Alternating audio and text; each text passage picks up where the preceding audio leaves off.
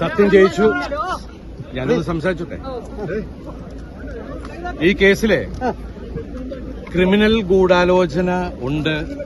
ആ ക്രിമിനൽ ഗൂഢാലോചന അന്വേഷിക്കണമെന്ന് മഞ്ജു പറഞ്ഞിടത്തുനിന്നാണ് എനിക്കെതിരെയുള്ള ഗൂഢാലോചന ആരംഭിച്ചത്.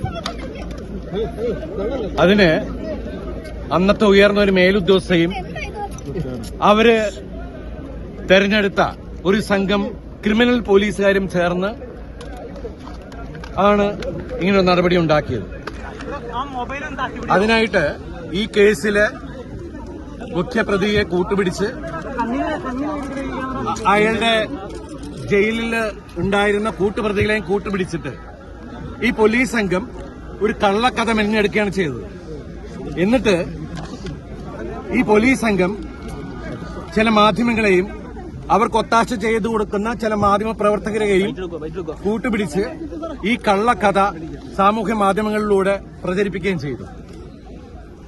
ഇന്ന് കോടതിയിൽ ഈ പോലീസ് സംഘം ഉണ്ടാക്കിയ കള്ളക്കഥ തകരുകയാണ് ചെയ്തത്. ഞാനൊന്ന് ഒരു പ്രാവശ്യം കൂടി പറഞ്ഞോട്ടെ.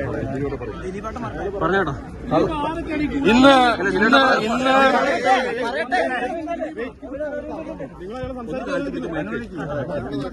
ആദ്യം പറയാനുള്ളത് പറയട്ടെ. എനിക്ക് എന്റെ കൂടെ നിന്ന എല്ലാ കുടുംബാംഗങ്ങളോടും, എന്റെ സുഹൃത്തുക്കളും അവരുടെ കുടുംബങ്ങളോടും, അതുപോലെ എനിക്ക് വേണ്ടി കാണാത്ത കേൾക്കാത്ത ആളുകൾ ഒരുപാട് പേര്, കോടിക്കണക്കിന് ആൾക്കാരെ എനിക്ക് വേണ്ടി പ്രാർത്ഥിച്ചിട്ടുണ്ട്. അവരോടൊക്കെ ഞാൻ ആത്മാർത്ഥമായിട്ടുള്ള നന്ദി പറയുകയാണ്. അതുപോലെ ഈ 9 വർഷത്തോളം എനിക്ക് വേണ്ടി അഹോരാത്രം എനിക്ക് വേണ്ടി അത് ആത്മാർത്ഥമായിട്ട് ഡിഫെൻഡ് ചെയ്ത എന്റെ പ്രിയപ്പെട്ട ലോയേഴ്സ്, അതില് നിങ്ങൾക്ക് എല്ലാവർക്കും അറിയാം രാമൻപിള്ള സാർ, അദ്ദേഹത്തിന് ഞാൻ എന്റെ ജീവിതം കടപ്പാട് ആത്മാർത്ഥമായിട്ടുള്ള നന്ദി പറയുകയാണ്. അതുപോലെ അദ്ദേഹത്തിന്റെ കൂടെയുള്ള സുജേഷ് മേനോൻ, പിന്നെ എന്റെ കോളേജ് മേറ്റ്, എന്റെ സീനിയർ ആയിരുന്ന ഫിലിപ്പ് ടി വർഗീസ്, അദ്ദേഹത്തിന്റെ അസോസിയേറ്റ്സ് ശുഭ, നിത്യ തുടങ്ങിയ മറ്റുള്ള ജൂനിയേഴ്സ്, അതുപോലെ സുപ്രീം കോടതിയിലെ മൂൾ റോത്തഗി സർ, രഞ്ജിത റോത്തഗി, പ്രഗ്യാമാം, വംശി തുടങ്ങിയ മറ്റുള്ള ലോയേഴ്സ്, എല്ലാവരോടും ഞാൻ ആത്മാർത്ഥമായിട്ടുള്ള നന്ദി പറയുന്നു. അതുപോലെ എന്നെ സപ്പോർട്ട് ചെയ്ത് ഈ 9 വർഷക്കാലത്തോളം ജീവിപ്പിച്ച, എന്നെ അത്രയും സപ്പോർട്ട് ചെയ്ത ഒരുപാട് ആളുകളുണ്ട്. അവരുടെ പേരെടുത്ത് പറഞ്ഞാൽ തീരില്ല. അവര് വിവിധ മേഖലയിലുള്ള ആളുകളാണ്.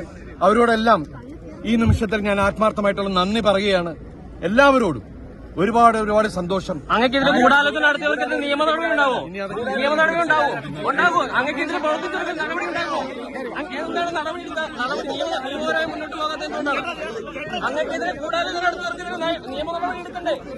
ആരാണ് ഗൂഢാലോചന പിന്നിൽ? ആരാണ് ഗൂഢാലോചന പിന്നിൽ?